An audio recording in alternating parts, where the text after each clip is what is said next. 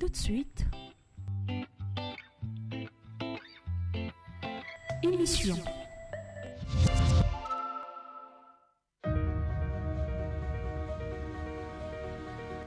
Tout le monde sait qu'à RDC on peut aller, on y sort avec la cassiterite, le coltan, le diamant, tout le monde y va, vaille que vaille. Idéologiquement, Kaboun est de l'UDPS, idéologiquement. Le savoir-être et le savoir-vivre, tout devient faussé. C'est une histoire d'escroquerie. Tant Kaboun dit qu'en 2023, il faut chasser le régime de Tshisekedi parce que ce régime a échoué. Nous remettons l'ascenseur. C'est le même jeu. Alors, pourquoi se plaindre? Je suis estomaqué de constater que les notions élémentaires de la... Allez-y, enchaînez-vous aussi. Enchaînez-vous aussi. J'ai dit ceci, que la MONUSCO... Vous voyez ce monsieur? Et il crie même pour dire non, la MONUSCO est appelée à stabiliser les institutions. Et il a ramassé ça où? Dans son petit agenda? Où avez-vous trouvé ces messieurs? Elles sont des voleurs.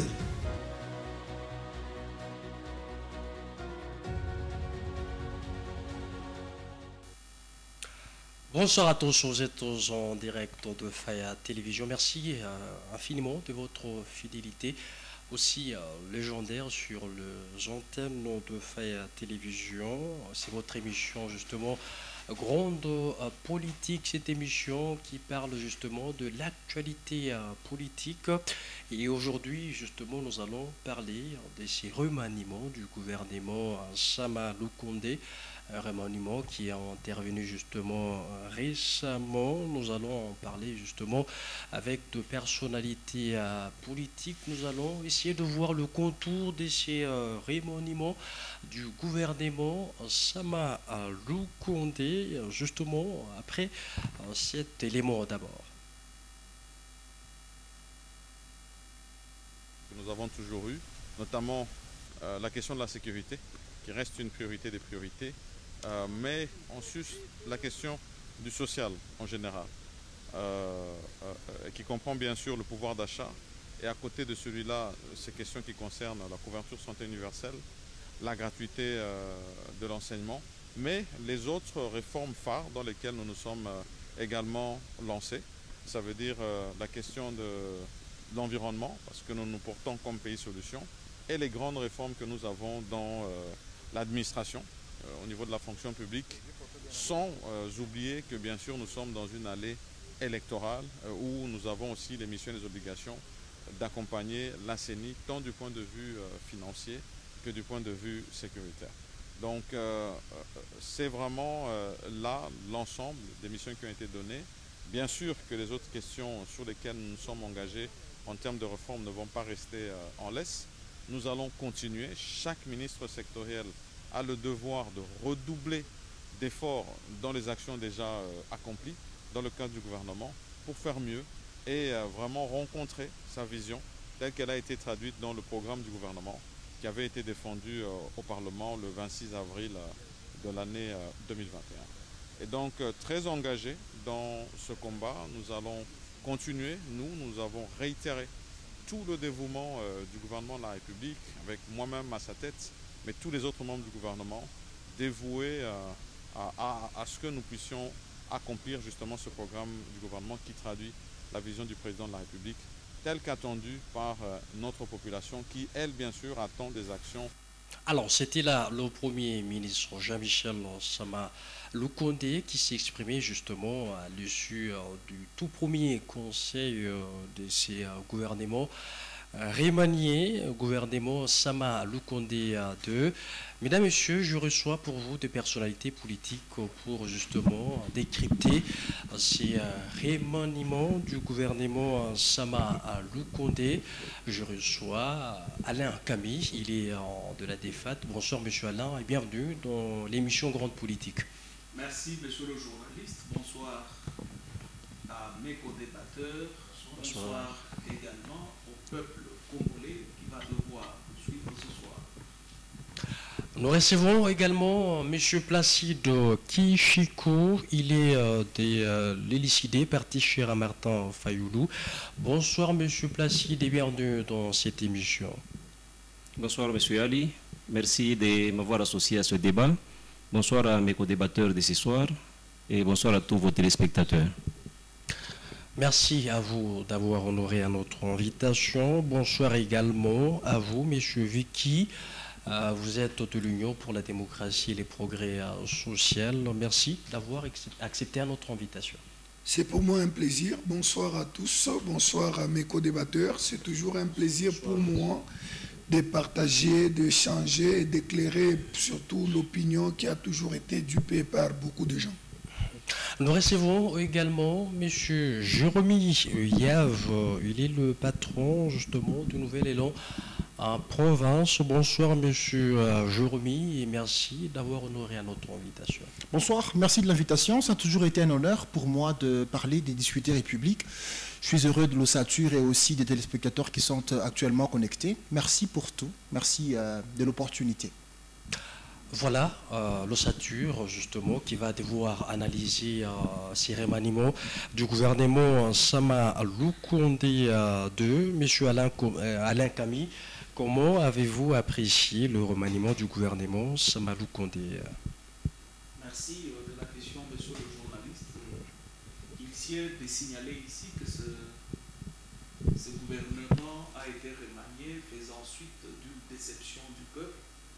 Le peuple a été déçu dans son entièreté quand il a appris qu'il y avait le ministre qui devrait normalement se comporter en homme d'État, mais curieusement, ils se sont comportés en homme d'homme, permettez le terme, en répondant au dictat d'une petite autorité morale, oubliant que quand on est membre du gouvernement, on ne sert pas un individu, on sert toute une nation, mais malheureusement, ce ministre ont décidé de répondre à l'appel de leur autorité morale, laissant alors de, comment dirais-je, désolé pour la petite incidence, laissant ainsi de postes vacants au sein du gouvernement. Et il fallait y trouver une voie d'issue. C'est ainsi que le Premier ministre a procédé, bien sûr, en connivence avec le chef de l'État, au remaniement. Un remaniement qui vient avec deux missions très bien spécifiques. La première, pérenniser les acquis du gouvernement Sama I, où l'on a trouvé qu'il y avait déjà de réformes sur l'écosystème, d'autant plus que la République démocratique du Congo est en ce jour un pays solution quant au réchauffement politique, de réformes au niveau de l'armée, de réformes dans la fonction publique, de réformes dans divers secteurs de la vie nationale. Et ce gouvernement vient aussi, curieusement, dans une année électorale, et il va devoir chaque ministre dans son ministère sectoriel militer, s'évertuer pour que les intérêts du peuple congolais soient mis au centre de toute action afin de bien vouloir organiser les élections dans le délai constitutionnel, tout en sachant que le peuple continue et sera toujours le souverain primaire à qui nous devons aller chercher son dévolu, savoir il va jeter son dévolu sur qui pour devoir animer une fonction au sein de la République. Alors, curieusement, nous sentons un son de cloche assez différent dans l'opposition, comme pour dire que le chef de l'État a amené de poids lourds dans l'opposition qui vont étouffer Sama Lukonde. Mais nous leur disons, écoutez, Sama est Premier ministre et en réalité, il est le centre névralgique de toute l'action du gouvernement. Et ceux qui viennent sont des hommes qui ont une expérience dans la gestion de la République et ils savent ce qu'est être animateur de la primature.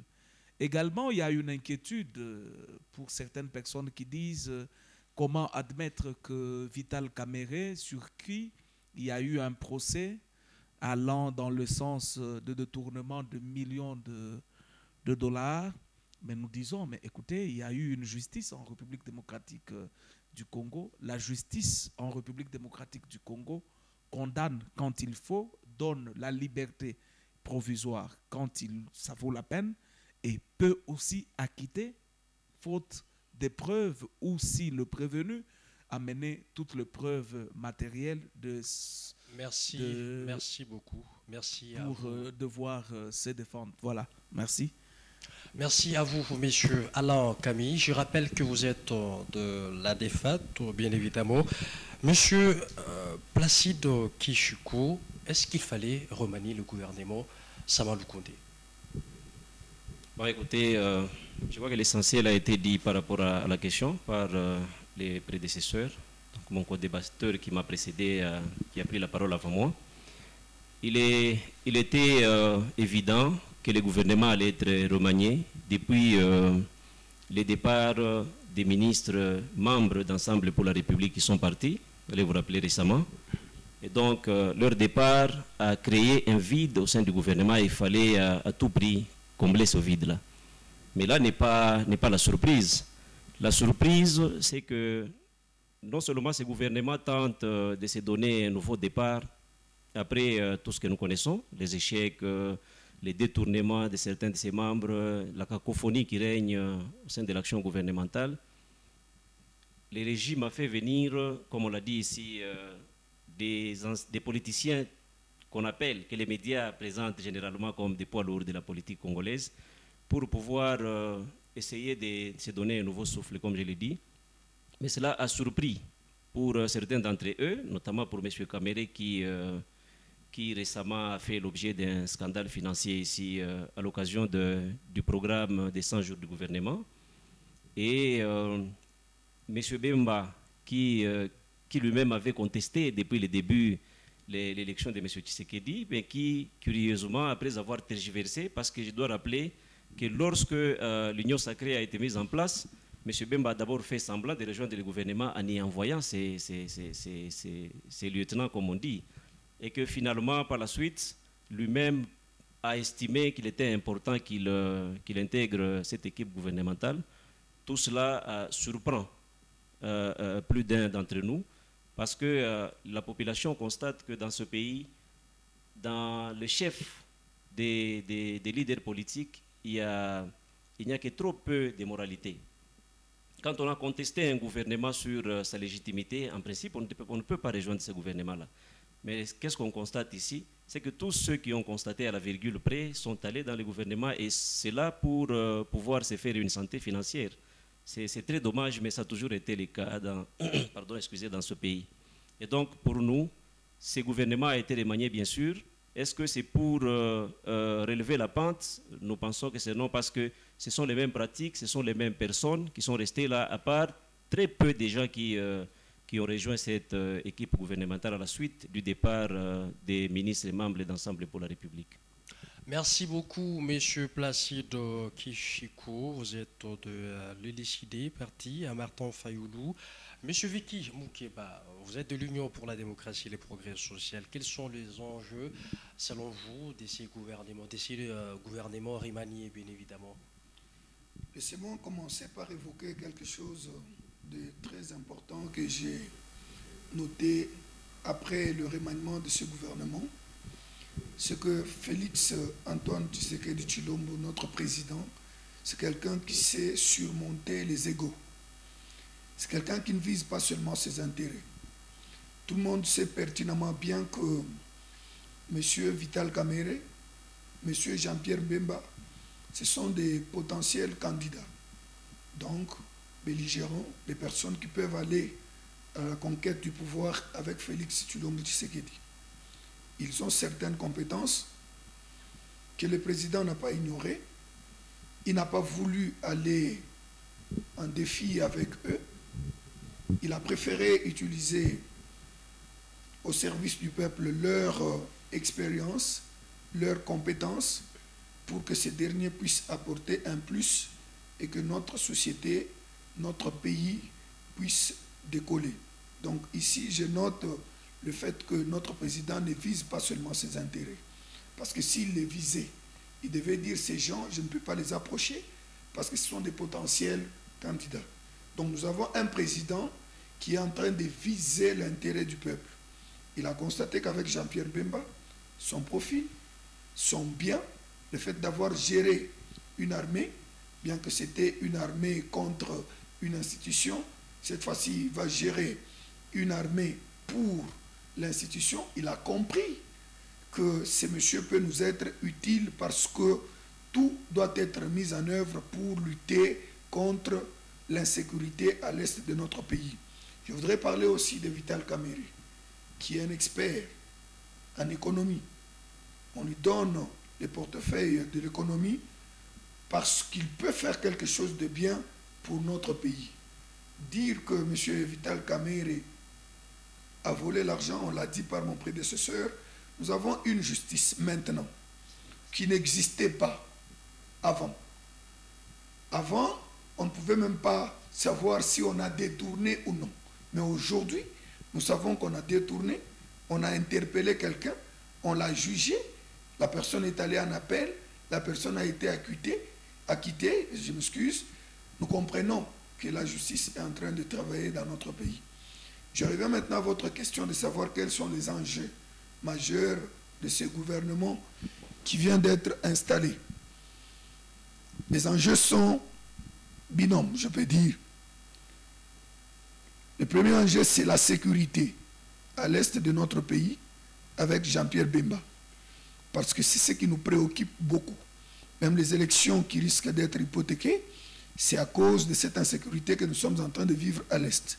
Comme le chef de l'État a cette bonne volonté d'organiser les élections, il a voulu placer à la tête du ministère de la Défense une personne capable de faire quelque chose, capable de nous trouver la paix à l'est du pays. Et le deuxième enjeu, c'est l'enjeu social avec l'économie que va prendre M. Vital Kamerhe. L'économie, vous savez tous que c'est lié avec le social. Dès lors que l'économie est stable, même le social de la population s'améliore. Voilà brièvement les quelques enjeux que nous attendons de ce gouvernement qui vient à peine d'être installé. Merci à vous, monsieur Vicky Moukeba. Vous êtes de l'Union pour la démocratie et le progrès social, parti présidentiel. Monsieur Jérôme, vous êtes du Nouvel Élan. Bien évidemment, est-ce un gouvernement stratégique mis en place justement par le régime en place en ce qui concerne les élections de 2023, selon vous? Merci beaucoup. Je commence déjà par apprécier la posture de votre question. Ce gouvernement est-il stratégique? Je pense que naturellement, on doit dire oui tout de suite. Pourquoi? Parce que les élections doivent avoir lieu en décembre 2023 si nous restons aussi rationnels ou rédevables au peuple ou à la Constitution.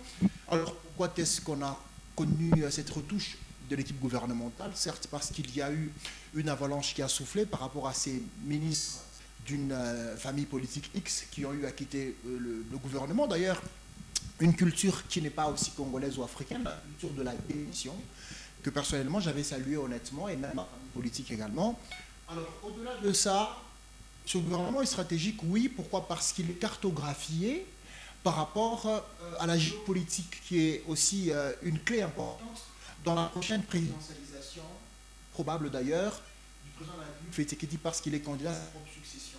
C'est qu'à mon sens, il y a eu cette nécessité, au regard de ce bilan chaotique, d'une cartographisation, je m'excuse, c'est pas français, mais souffrait, les esprits aussi communiquent, de ce gouvernement qui va répondre à la représentativité du président de la République. Alors, il fallait naturellement trouver des figures des pro-psychosaudes, Jean-Pierre Bemba et Vital Kamerhe naturellement, et aussi à cette transhumance-là liée à la dynamicité politique, parce que je me rappelle bien, Jean-Pierre Bemba fut avec nous dans la Mouka d'antan, mais aujourd'hui il est en train de servir le peuple. Je suppose cela, que c'est pour le bien du peuple. Cependant, c'est un défi aussi important à relever, qui sous-entend la petite défaite par rapport au bilan de ce gouvernement de l'Union sacrée. Alors, je vais beaucoup plus me fixer sur la personne de Jean-Pierre Bemba, par exemple, qui aujourd'hui va servir au ministère de la Défense, avec un sérieux défi qui est celui de la pacification, de concourir à la pacification de la partie orientale de la République. Je pense aussi sa nomination est une preuve patente du fait que, parce que le président de la République nous avait promis au matin de son mandat que vous allez aussi juger ma performance en fonction de la pacification de la partie. C'est que pour lui, aussi longtemps que cette partie connaît des morts, il est supposé que son bilan est négatif. Je pense que c'est de la rationalité. Et en 2018, je pense que nous étions à 9 millions, près de 8,5 millions de morts. Et actuellement, nous sommes dans les 11,5-12 millions de morts. Alors, ce qui signifie déjà que cela est un échec qui va se reposer sur, politiquement parlant ou intentionnellement parlant, Jean-Pierre Bemba. Pourquoi je dis cela? Parce que le gouvernement a tenté, avec beaucoup de moyens, pour pacifier la zone, mais il n'est pas arrivé à cela. La loi martiale, non, avant la loi martiale, le vœu manifesté par le président de la République Tshisekedi, nous sommes aux États-Unis, où il s'adresse au secrétaire général de revoir la MONUSCO, prolonger son séjour en RDC. Pourquoi? Parce qu'il y comptait pour pacifier la zone. Alors, cela n'a pas été possible. Il a eu à recourir à des retouches au niveau de l'ossature militaire de la République. Il y a des généraux qui sont partis, d'autres qui ont été même arrêtés. Alors, ça n'a pas produit. Alors, il a recouru à la communauté des États d'Afrique de l'Est avec l'armée sous-régionale. Jusque-là, c'est encore de la pacotille. Après cela, il a eu à renchérir cela avec des tripartites, multiples tripartites, au nom de la supposée diplomatie agissante. Alors, la guerre n'a pas pris fin. Par la suite, c'est la papauté. Le pape a été là, il a essayé de faire des communications à propos. La situation n'a pas connu son solutionnement. Après cela, c'est des ambassadeurs d'XY, pas de solutionnement, jusqu'à Macron à propos. C'est vrai, Macron n'a pas été invité par la République, il est venu, mais on a saisi l'opportunité pour lui demander des sanctions. Donc, contre le Rwanda, l'ultimatum, alors pas de suite. Alors la solution actuelle, c'est Jean-Pierre Bemba, une solution de perlimpépin, excusez-moi de le dire, parce que c'est vrai, il a de l'expérience, mais cette guerre date de 1884. Pour ceux qui concernent l'historicité de la guerre, c'est qu'on ne va pas aujourd'hui compter sur Jean-Pierre Bemba, parce que même Vital Kamerhe a fait une tournée dans la zone, à Mani. Elle a proposé la solution, la stratégie œil du cyclone, pour pacifier la zone. Moi, je pense d'ailleurs que même, nous ne sommes pas amnésiques, mais ça prouve que c'était juste une tournée aussi politique. Vous voyez, pour chuter, parce qu'il faut qu'on cède la parole par élégance aux co-débatteurs, Vital Kamerhe, figure d'éproux, situation économique. Alors, après la destitution de ce ministre de l'économie, Jean-Marie Kalumba, vous voyez, tout est parti de là, parce que ce député pétitionnaire a dit qu'après nos vacances parlementaires, on a constaté que les prix des produits de première nécessité grimpent de manière vertigineuse. Jean-Marie Kalumba a été destitué. Combien coûte le transport aujourd'hui? Combien coûte le sucre aujourd'hui? Combien coûte la farine aujourd'hui? Combien touche comme SMIG le travailleur congolais aujourd'hui? C'est quoi le taux du chômage? Combien d'unités de production que nous avons aujourd'hui? Point d'interrogation. C'est que Vital Kamerhe va devoir connaître sa mort politique par rapport au défi qu'il attend. Parce que le peuple attend de lui le relèvement de la situation économique qui naturellement doit passer par la création des unités de production. Alors je ne vois pas comment cela sera possible en ayant 8 mois, parce que l'objectif phare de ce gouvernement, c'est d'organiser les élections dans le temps. C'est que c'est une bonne opportunité pour Vital Kamerhe et pour Jean-Pierre Bemba de resservir le peuple. Cependant, c'est aussi des défis qui vont devoir apporter leur mort politique. Mais je vais chuter par ceci. C'est bizarre. Quand en RDC, on a un directeur de cabinet qui sera arrêté pour détournement de deniers publics, et par la suite, après avoir récompensé les détracteurs, on va devoir l'emprisonner et qu'il revienne en tant que ministre de l'économie après avoir commis un crime économique.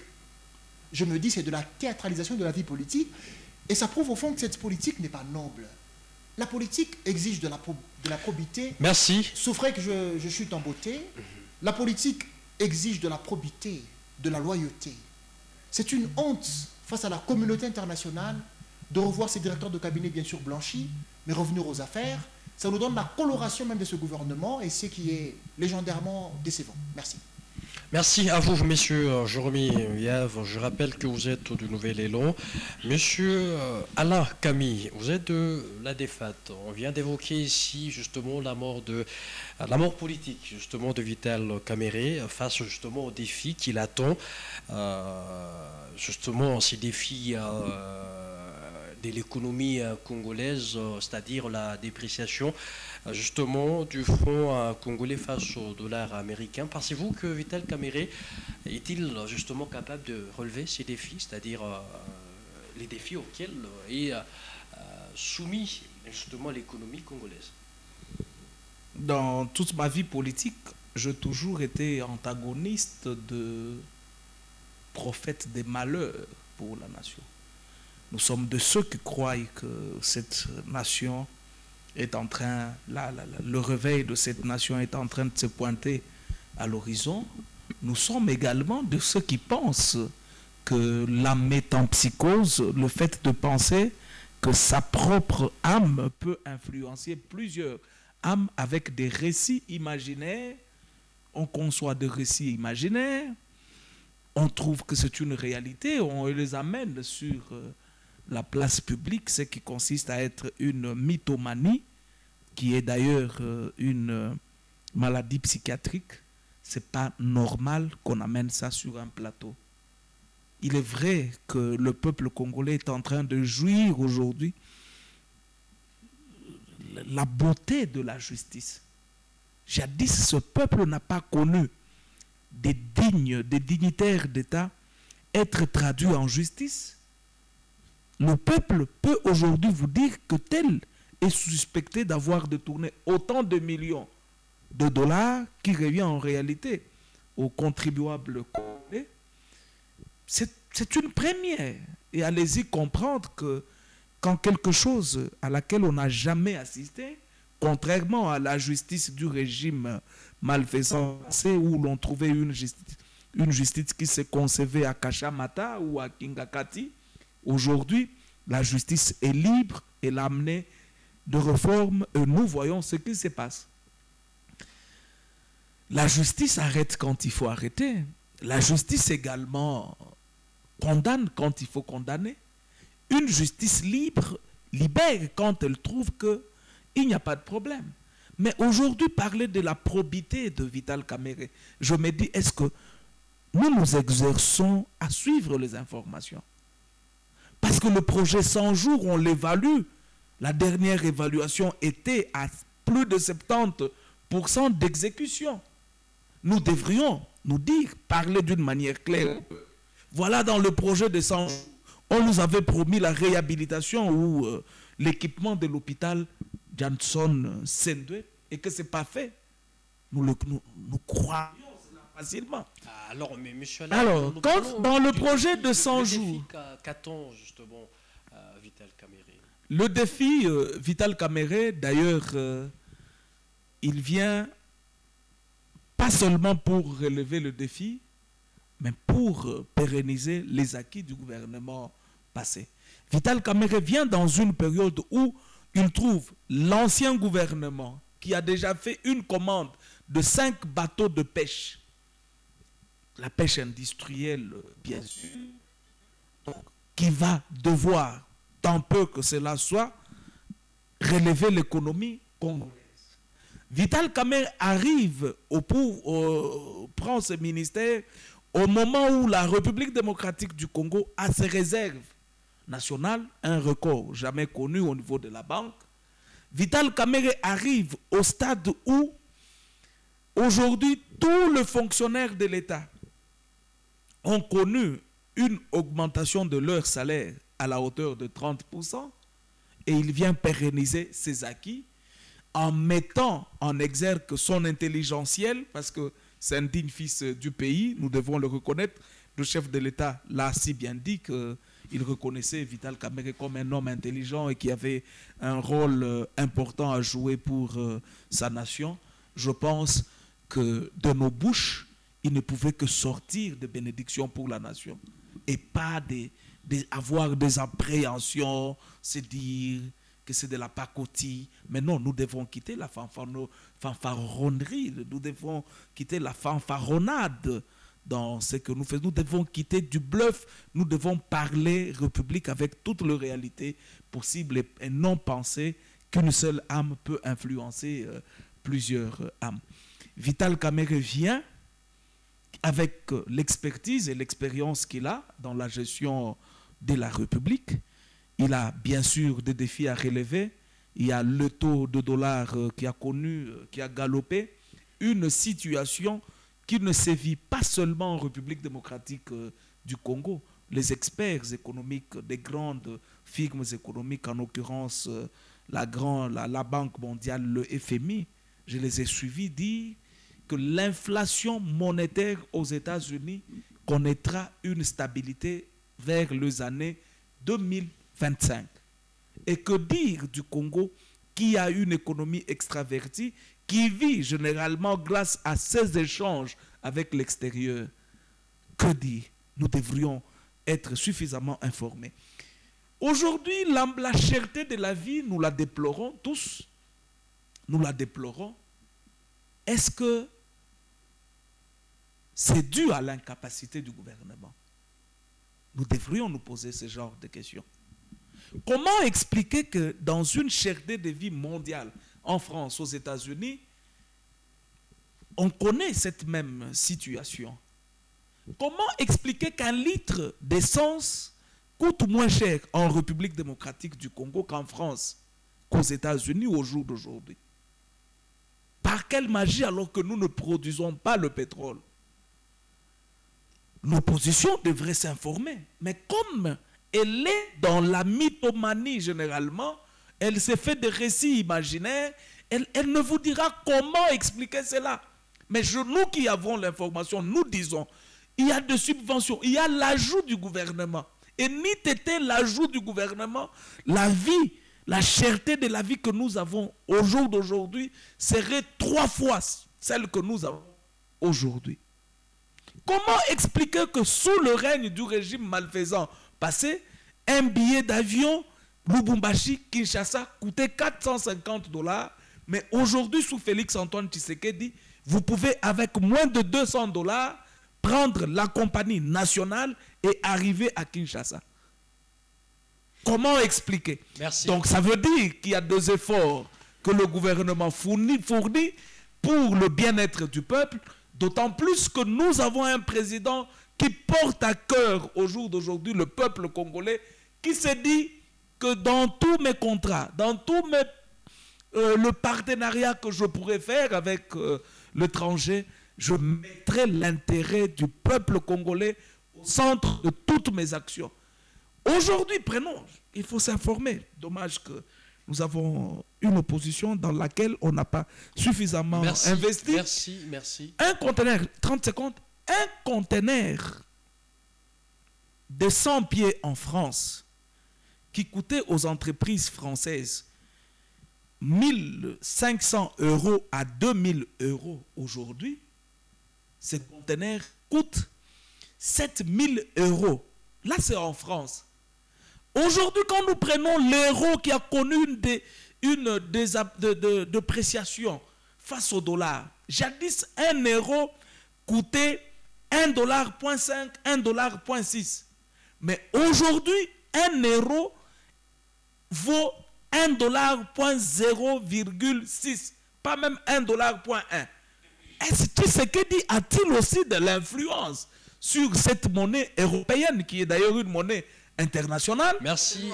Alors, nous disons, je chute. Merci à vous. C'est une situation mondiale, nous la déplorons, qui est due face à cette pandémie meurtrière qui a plombé toutes les économies du monde. Merci. Et aussi, suite aussi à la guerre entre Ukraine et Russie, le retombé, nous le ressentons partout. Ça demande de l'intelligentiel.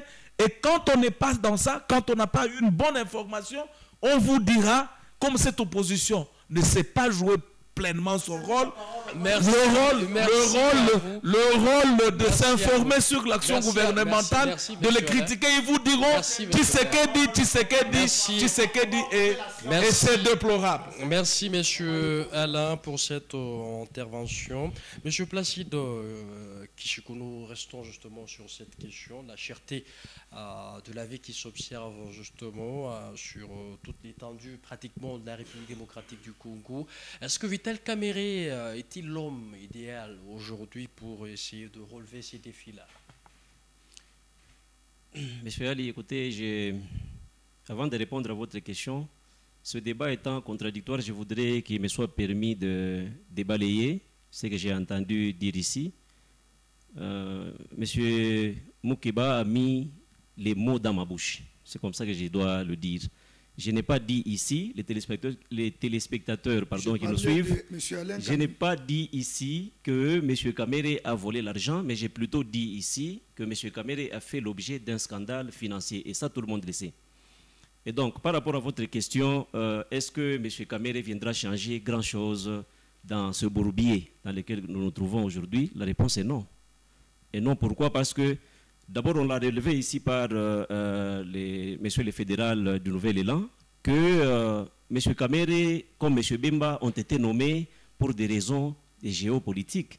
Je ne sais pas en tout cas ce qu'ils se sont entendus avec ceux qui sont au pouvoir, mais lorsque nous lisons entre les lignes, nous voyons tout simplement que M. Kamere et M. Bemba ont été nommés pour apporter un souffle nouveau, comme je l'ai dit ici. Kamere, il a fait l'économie, mais... Sous les plans, non, mais qui peut renier à M. Kamere son intelligence? Tout le monde est d'accord sur cette question-là.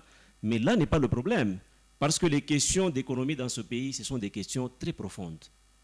Malgré tous ces chiffres qu'on a donnés ici, ce régime est là bientôt 5 ans. Mais qu'est-ce qui a changé dans la vie de la population?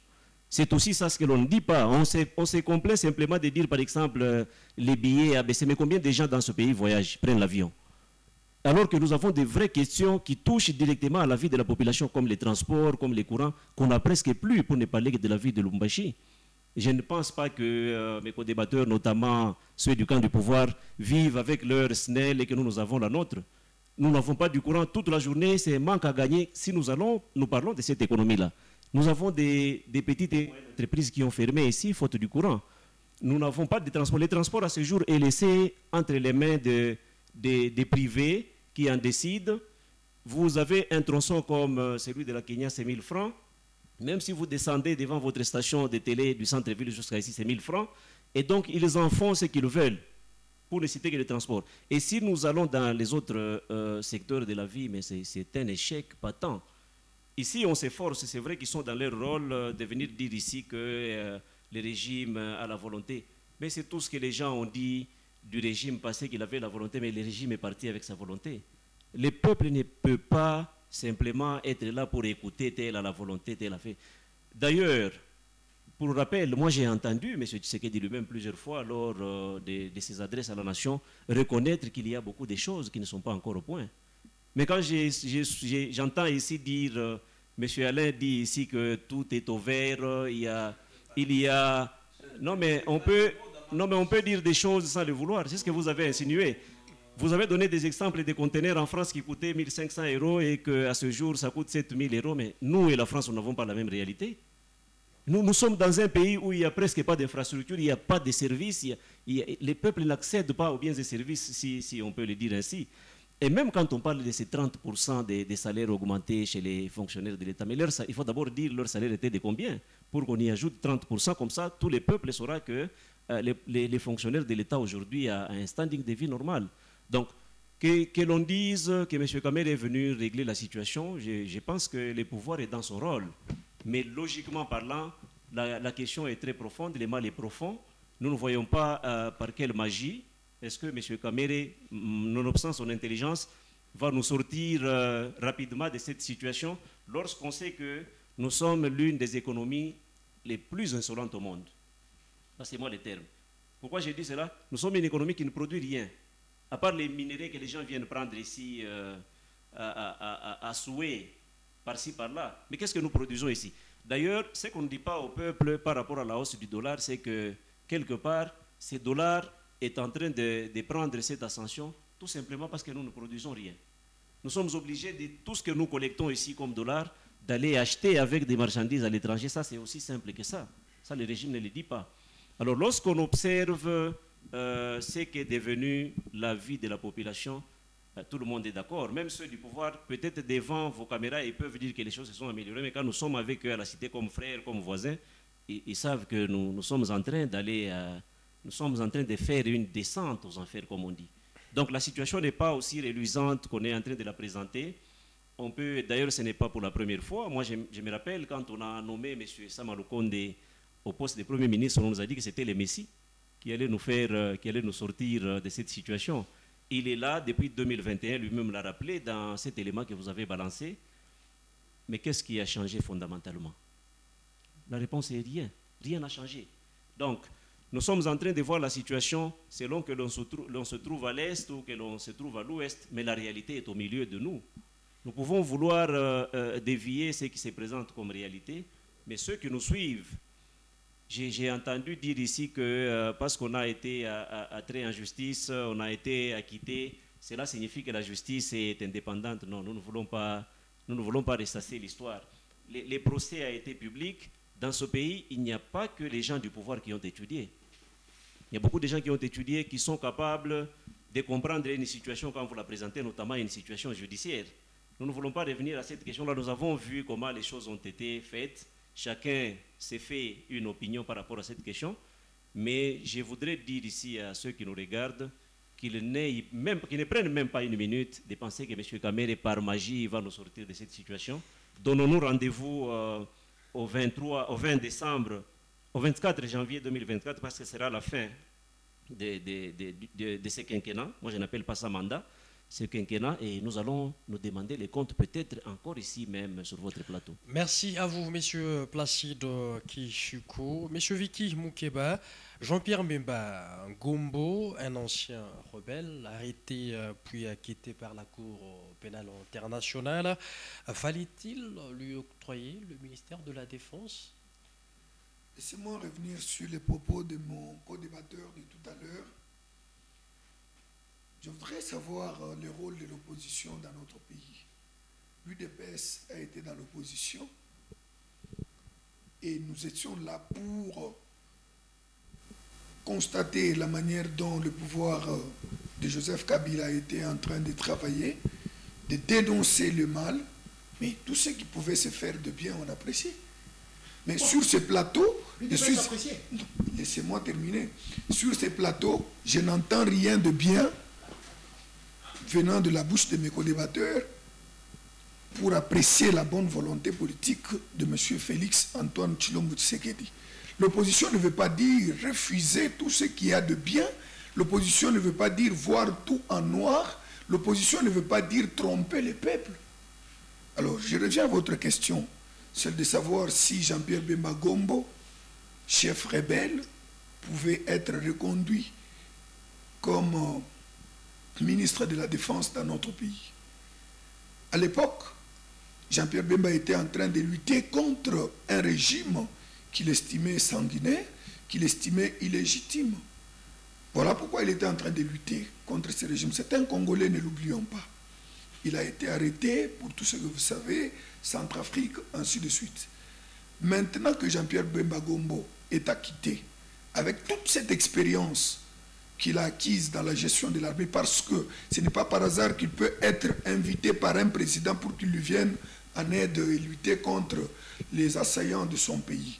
Avec toute cette expérience qu'il a, le fait qu'il a accepté de venir travailler pour le compte de la population, le fait qu'il a compris que son peuple, la population congolaise est en train de périr à l'Est, et qu'il a accepté cette invitation, cette demande du chef de l'État de venir avec son expérience, de travailler pour que la paix puisse vraiment se rétablir à l'Est de notre pays. Moi, je pense que l'opposition devait acclamer. L'opposition devait acclamer, dire, en tout cas, on vient de faire quelque chose de bien. Et même, là aussi, je voudrais dire que l'opposition qui n'acclame pas, ce sont les leaders qui sont en train de tromper leur population, mais la population elle-même a acclamé lorsque Jean-Pierre Bemba a été nommé comme ministre de la Défense, parce que M. Félix Antoine Tshilombo Tshisekedi a dit qu'il mettra tout en œuvre pour que la paix se rétablisse à l'est de notre pays. Nous avons tenté et nous sommes en train d'y aller progressivement. Et moi, en tant que patriote, en tant que nationaliste, je suis optimiste. Je ne suis pas pessimiste. Je suis optimiste. Je vois les choses en train d'évoluer parce que j'aime mon pays. Je ne fais pas comme les opposants qui sont en train de voir tout en noir, qui sont en train de faire pleurer la population, qui ne donnent aucun espoir, une lueur d'espoir à notre population qui est à l'est du pays. Donc, la venue de Jean-Pierre Bemba Gombo dans notre gouvernement, c'est salutaire. Parce qu'il est du domaine, parce qu'il maîtrise ces secteurs, et donnons le temps au temps, vous allez voir ce qui va arriver. Merci. Merci à vous, M. Veki Moukeba. M. Joromi Yav, qu'est-ce que la population congolaise peut attendre de ces gouvernements remaniés? Rien. Excusez-moi de le dire, c'est un peu brut, mais je vais argumenter cela, à l'agrément d'ailleurs. Et vous savez, je voulais dans des émissions comme ça, qu'on soit deux seulement. Comme ça, on devait bien se comprendre. Je trouve qu'on met beaucoup de temps et on laisse passer beaucoup de mensonges. Ça me met mal à l'aise, mais c'est vous le chef, c'est vous qui nous avez invités. Mais je pense que prochainement, il faudrait qu'on soit deux. Comme ça, ça fait tic-tac, tic-tac. On met la science dessus, on cherche des preuves. On ne gère pas la République avec l'optimisme. C'est quoi qu'on nous raconte par ici? Laissez-moi faire, soyons optimistes. C'est beurrer le peuple, ça. C'est de l'enfantillage. Vous voyez? C'est de l'amateurisme même. On ne gère pas la République en demandant à l'opposition d'acclamer. Vous savez comment on appelle ça? C'est de la crise identitaire. Quand vous avez des dirigeants qui supplient ou qui demandent à l'opposition, mais il faut quand même apprécier. Ça s'appelle de la crise identitaire. Gérez, dirigez. Ne cherchez pas à donner des leçons à l'opposition. Ça signifie que vous doutez de vous. C'est une petite parenthèse que je ferme. Mais parce qu'il faut qu'on passe à la science. On nous a parlé ici que non, on a fait des récits, Vital Kamerhe, espérons, comptons. D'ailleurs, moi, je souffrais que je le dise, mais on n'en a rien à faire hein, de l'optimisme, de la confiance, de la bonne volonté, de la bonne foi. On gère par la République comme ça, soit on est compétent ou pas. On nous parle de Vital Kamerhe, que l'on puisse compter sur lui parce que la situation va se relever. En face de nous, on a 8 mois. C'est venu de qui? Ah non, vous vous sentez touché. En face de nous, qui se sent morveux, c'est mouche. Hein? En face de nous, qui se sent morveux, se mouche. Qui se sent morveux, se mouche. En face de nous, on a 8 mois. Vous voyez? Et on demande au peuple d'être optimiste, de croire. Il ne faut pas écouter les prophètes des malheurs. C'est de la pacotille, je renchéris. Pourquoi? La situation économique est directement liée à ce qu'on appelle le pouvoir d'achat. Le pouvoir d'achat signifie, c'est quoi la capacité d'un citoyen dans une cité de se payer les produits de première nécessité ou de se payer les services auxquels il doit accéder quotidiennement. Et ça s'appelle l'économie. Et aujourd'hui, souffrez, tranquillisez-vous. Moi, je suis dans la science, vous êtes dans l'émotion. Et quand on parle du pouvoir d'achat, le pouvoir d'achat est lié à ce qu'on appelle la productivité d'un État qui a trait à ce qu'on appelle le produit intérieur brut et les produits nationaux bruts. Quand on parle du produit intérieur brut, cela signifie qu'on va devoir sommer la production de tous les nationaux d'un État. Nous sommes en République démocratique du Congo.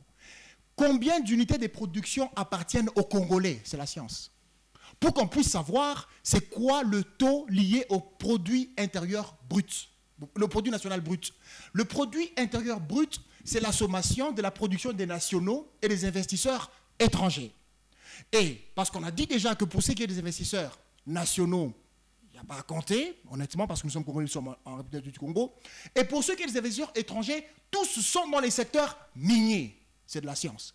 Et quand on parle du secteur minier, nous avons une forte souffrance, c'est qu'il n'y a pas d'entreprise de transformation locale qui part du produit brut au produit fini. Il n'y en a pas. La transformation se fait à l'étranger, en passant par les États d'Afrique, la Zambie, l'Afrique du Sud, la Tanzanie. Nous boostons l'économie ailleurs. Et quand on parle... Écoutez la science, mon ami. Les projets commencent, mais nous sommes en fin mandat. S'il vous plaît, monsieur Veki. Souffrez qu'on développe la science. Hein? On n'est pas dans l'interpersonnel, on parle science. Parole, s'il vous plaît, monsieur Veki. Je voudrais, quand vous allez réagir, réagissez avec des données scientifiques. Vous aurez la parole, on va vous accorder la parole. J'ai parlé du produit intérieur brut et du produit national brut. Oui. Et quand j'ai parlé du produit intérieur brut, je vous ai dit que ça devait faire la sommation de la production des investisseurs nationaux et étrangers. Les investisseurs nationaux, nous n'en avons pas. Et les investisseurs étrangers, nous en avons, mais dans les secteurs miniers, on ne transforme pas. Ce qui fait souffrir le pouvoir d'achat, parce que j'ai senti une insuffisance par ici, il fallait que je demande de l'économie. Vous voyez au fond, c'est que de ce point de vue, nous rentrons à ce que le chef de l'État nous avait vendu comme vent, comme poudre de perlimpinpin, les investisseurs. Il avait dit que je vais venir avec des investisseurs. Oui, il avait raison de le dire. Parce qu'aussi longtemps qu'il n'y a pas d'investisseurs, la situation économique ne va aucunement se relever. Aucune science ne le prouve. Celui qui va vouloir me contredire, qu'il le fasse scientifiquement. Et les investisseurs, parlant de Vital Kamerhe, qui n'a que 8 mois devant lui, constitutionnellement parlant, il faut qu'on puisse amener des investisseurs en RDC.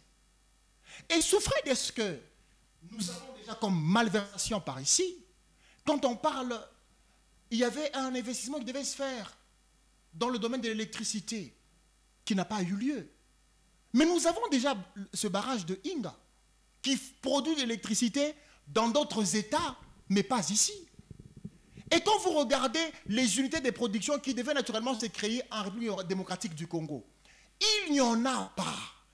Celui qui est du gouvernement de l'Union sacrée, qu'il me dise combien d'entreprises ont été créées ici, parce qu'on parle de Vital Kamerhe, ou combien d'entreprises seront créées. Parce que dans la phase de la création d'une entreprise, il y a ce qu'on appelle la phase de la prospection, qui prend beaucoup de mois.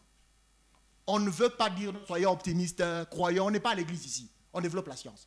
Et autrement, j'ai entendu par ici, vous savez, c'est risible quand on n'arrive pas à démontrer ce qu'on affirme. Vous voyez, le président de la République nous a promis l'Allemagne d'Afrique. Vous voyez. Et aujourd'hui, est-ce que nous en sommes? Et quand on nous amène Vital Kamerhe ici, le taux de chômage en RDC est à 80%. Il n'y a que 20% qui sont dans l'emploi. Quand on nous parle de Vital Kamerhe, on dit non, il faut y croire. Développons la science. Quand on nous parle des billets d'avion, d'abord, c'est qui est faux. J'ai sur mon téléphone 2 billets d'avion, un billet CA et un billet Congo Airways. Billet d'avion CA, $235. On nous a dit c'est moins de $200. C'est faux.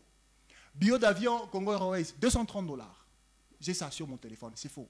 Et même s'il faut qu'on parle de billets d'avion, un Congolais vit avec moins d'$1 par jour. Moins de 2000 francs par jour. Mais vous venez présenter aux Congolais les billets d'avion. Malgré que Congo Airways, qui est la compagnie de l'État, n'a qu'un seul appareil, un seul avion. Quand on n'a rien à dire, on se tait. On n'est pas à l'église pour demander aux gens de croire. Il faut développer la science. C'est que de ce point de vue, ce gouvernement n'a rien à nous présenter. Il y a des jeunes ici qui sont au chômage. Où est l'emploi des jeunes? Là-bas, après l'émission, il faut qu'on rentre rapidement parce qu'il y a de l'insécurité. Il y a des communautés qui passent. On met les gens dans les sacs. Nous sommes à Lubumbashi. Et quand les gens disent non, il faut croire, il faut être optimiste, on ne tient pas la pluie avec des émotions. Et nous comprenons de ce point de vue que ce gouvernement a échoué. Et pour répondre frontalement à votre question, je voudrais que prochainement, quand vous nous invitez, qu'on soit à deux, qu'on discute. Parce que la balance commerciale de la République est déficitaire, le solde. Ce qui signifie, si nous étions à deux, on s'oppose science contre science, théorie contre théorie. Merci. On va quitter un peu la pacotille et la bassesse. Hein. Merci à vous, messieurs Jérôme.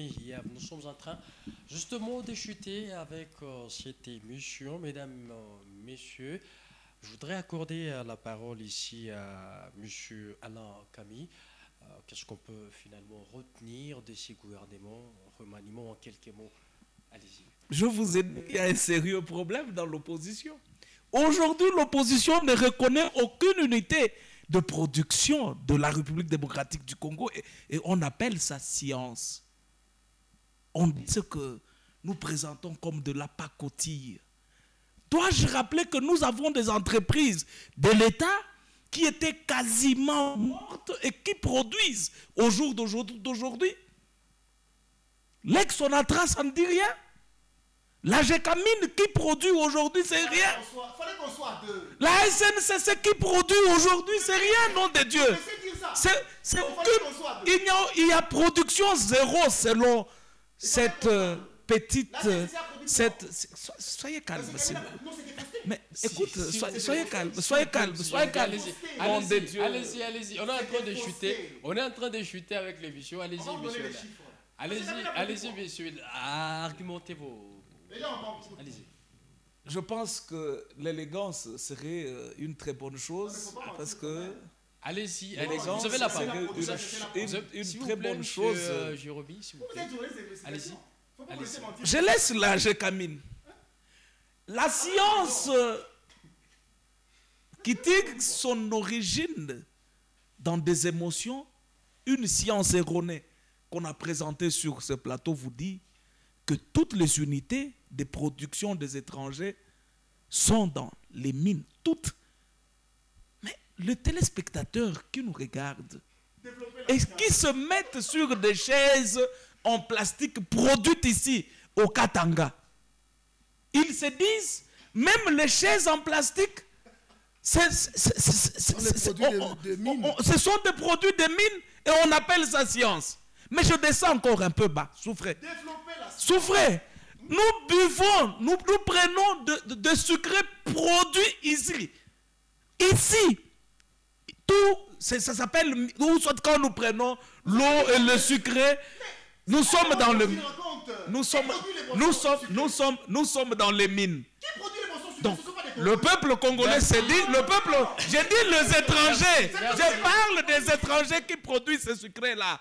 Donc le peuple s'est dit, selon cette science qu'on nous a présentée sur ce plateau, chaque fois que nous buvons l'eau ou le sucre, on y trouve le coltan, le cuivre et le cobalt du Haut-Katanga. Et on parle ça, c'est science. Retenir de ce gouvernement. De ce gouvernement, nous devons retenir que l'intérêt du peuple congolais est mis au centre de toute action, de lors que cet intérêt du peuple congolais que nous aimons tant, que nous chérissons, ne sera pas mis au centre de toute action de ce gouvernement. Je reviendrai sur ce plateau vous dire, je fais maintenant l'opposition parce que je ne trouve pas que ce gouvernement milite pour le bien-être du peuple congolais. S'il vous plaît, permettez. Aujourd'hui, sous Félix-Antoine Tshisekedi, dans les secteurs de l'enseignement, toutes les nouvelles unités qui n'étaient pas mécanisées sous le régime malfaisant passé sont mécanisées et touchent leur salaire avec la gratuité de l'enseignement. Et on vous dit sur ce plateau qu'on n'entend rien de ce gouvernement. Ces prophètes de malheur, ces agents du mal doivent savoir que le lieutenant fasciste, le lieutenant de ce peuple sont là. Ils vont farouchement défendre ce peuple, farouchement défendre Félix-Antoine Tshisekedi. Allons dans le domaine médical. S'il vous plaît. Dans le domaine médical, rapidement. 8300 médecins qui ne touchaient pas leur prime de risque laissée par le régime malfaisant et décadent passé, touchent au jour d'aujourd'hui leur prime de risque. Il n'y a que de nouveaux médecins qui sont alignés actuellement par l'ordre de médecins. Mais qu'est-ce qu'on dit au peuple? On appelle ça science. Merci à vous. Si ça c'est cette science, je me cacherai, je me tairai et je trouverai. Merci à vous. Je me dis c'est de la pacotille. C'est de la pacotille. Merci à vous, monsieur Alain, pour cette intervention. Monsieur Placide, qu'est-ce qu'on peut retenir de ce gouvernement remanié rapidement? Ce gouvernement a été remanié par le régime, par les tenants de ce régime. Nous le répétons ici pour pouvoir se donner un nouveau souffle, notamment avec les élections qui pointent à l'horizon. Des élections d'ailleurs que le régime ne veut pas organiser. Vous êtes en train de voir, vous voyez les opérations. Moi, je ne veux pas trop discuter. Moi, je ne veux pas trop discuter de qui fait la science et qui ne la fait pas. Ça me paraît dérisoire. Je voudrais ici réagir à votre question et peut-être rencontrer ce qui a été dit ici en balayant si nécessaire. On me perd d'ailleurs parce que j'étais en train de parler. C'est que moi je ne fais pas lorsque les co-débatteurs parlent. Les téléspectateurs l'ont constaté, vous les constatez vous-même ici. Ça s'appelle de la discipline. Je suis sérieusement discipliné que quand on me perturbe, ça me fait très mal. Je l'ai remarqué. Merci beaucoup de le remarquer. Nombreux l'ont remarqué. Je voudrais dire ici que ce régime est là depuis bientôt 5 ans. Et c'est la même chanson que l'on vient nous répéter ici. L'interfédéral Nouvel-Élan l'a dit ici, M. Jérémy Have. C'est comme si nous étions à l'église. C'est ce que l'on fait ici dans des églises de réveil, églises, tout ça. On demande aux gens de croire à ce qui n'existe pas, à ce qui ne peut même pas exister. Soyez convaincus, soyez, il y a de la volonté, soyez patients. Écoutez, mais nous allons vers la fin du quinquennat, 5 ans. 5 ans pour rien. J'ai écouté ici, on me dit que l'opposition n'acclame pas. Non, l'opposition n'a pas pour vocation d'acclamer. Non. Pas demandé d'acclamer. L'opposition dans une démocratie normale, ça aussi, ça mérite d'être dit, a pour vocation de critiquer à minima et de contribuer au maximum au développement du pays dans lequel elle œuvre. Mais quand j'apprends ici que l'UDPS, à l'époque, c'était une opposition constructive qui acclamait Mais s'il y a une opposition qui a cassé sérieusement dans ce pays, brûlé, c'est l'UDPS. Ça, tout le monde le sait, c'est encore frais dans nos mémoires. Je ne veux pas m'attarder sur cette question-là parce que ça, c'est connu de tout le monde. On peut bien défendre ce gouvernement. J'ai entendu ici, on a dit qu'on a réfectionné l'hôpital Sendoué. Ça, c'est une insulte à l'endroit du peuple congolais, de Lubumbashi notamment. À Sendoué, là-bas, tout ce qu'on a fait, c'est mettre de la peinture, rafraîchir les murs. Mais à Sendoué, qu'est-ce qu'il y a à l'intérieur? Et il n'y a rien. Nous sommes informés, nous vivons tous ici. Je ne sais pas si vous avez des radios et des télévisions que vous suivez. Non, mais... Non. Monsieur Ali, notre responsabilité... Je vais chuter, merci. Notre responsabilité, c'est de dire à nos compatriotes ce qui va et ce qui ne va pas. Malheureusement, ceux qui sont au pouvoir, ils sont dans leur rôle de venir dire que tout va bien. Nous avons épinglé ici des simples services qui touchent directement à la vie du peuple, notamment les transports, les courants électriques, de l'eau, il n'y en a pas. C'est un problème. Et donc, est-ce que nous attendons quelque chose de plus meilleur que ce que ce régime a déjà fait jusqu'ici? La réponse est non. Parce que nous ne sommes pas dans ce qu'on a rappelé ici, comment on appelle ça, les miracles. Non, gouverner un pays, ça ne passe pas par les miracles. Ça passe par le travail, ça passe par la compétence, comme on l'a dit ici. On a nommé tel, ils sont compétents. Nous allons les juger sur les actes et d'ici le 20 décembre 2023, parce que c'est la date à laquelle on est censé nous organiser les élections dans ce pays. Merci beaucoup à vous, M. Placido Kishuku. M. Vicky, qu'est-ce qu'on peut retenir de ces gouvernements? Je voudrais que notre opposition soit honnête. Parce que je note ici le manque d'honnêteté, la malhonnêteté. Il y a l'absence de l'amour. Pas l'amour de ce pouvoir, mais l'amour du peuple congolais. L'amour du pays. Alors, ici, il faudrait retenir quelque chose de très important. C'est que notre opposition est vraiment en perte de vitesse. Il évoque ici qu'il n'y aura pas élection. Avec toutes les étapes possibles que nous sommes en train de passer, de traverser pour aller le cap vers... Le président n'a jamais dit qu'il n'y aurait pas d'élection dans ce pays. Il a dit à 2 reprises. Non. Il a dit, avec cette guerre, il risque... Voilà. Il y a risque... C'est français. Il y a risque... Il n'a pas dit qu'il n'y aura pas d'élection. Voilà pourquoi il met tout sur pied. Voilà. Il faut suivre le président de la République, il faut suivre le président de la CENI. Le président de la CENI évoque même les élections sans l'Est, chose qui n'est pas aussi bonne. Voilà pourquoi notre opposition devrait être honnête, dire la vérité à notre peuple et ne pas chercher... Voilà, concluez maintenant. Qu'est-ce qu'on peut retenir de ce gouvernement? Retenez qu'avec ce gouvernement, il y a beaucoup d'espoir. Il y a beaucoup d'espoir pour notre peuple dans le cadre du social. Il y a aussi de l'espoir pour notre peuple dans le cadre de la sécurité à rétablir dans l'espace oriental de mon pays. Je ne suis pas pessimiste, je répète que je suis optimiste et j'y crois. Tous les efforts sont mis en œuvre pour que nous puissions vraiment vivre une... Je voudrais ici revenir au propos de M. Jérémy. Il faudrait que M. Jérémy soit honnête. Voilà pourquoi j'ai évoqué la malhonnêteté ici. Qu'est-ce qu'il y a eu?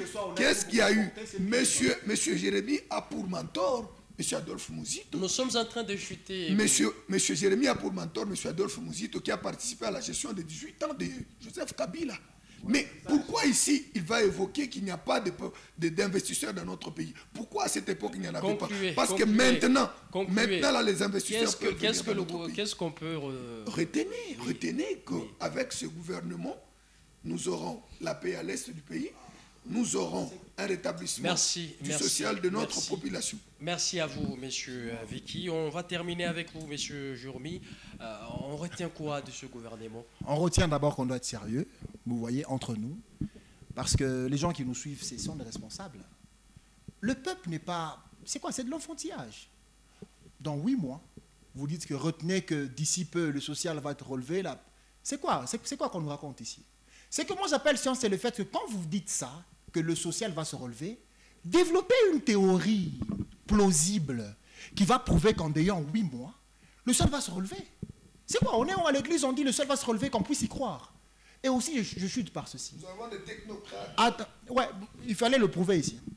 Vous savez, normalement, l'opposition ne doit rien attendre de la majorité et vice-versa. Quand vous dites que l'opposition doit applaudir, acclamer, j'insiste, ça s'appelle de la crise d'identité. Travaillez, n'attendez pas qu'on vous applaudisse, il faut vous sentir aussi confortable. Et prochainement, je vous demanderai, invitez-nous à deux, comme ça qu'on discute bien. Allez-y, allez-y. Prochainement, invitez-nous à deux.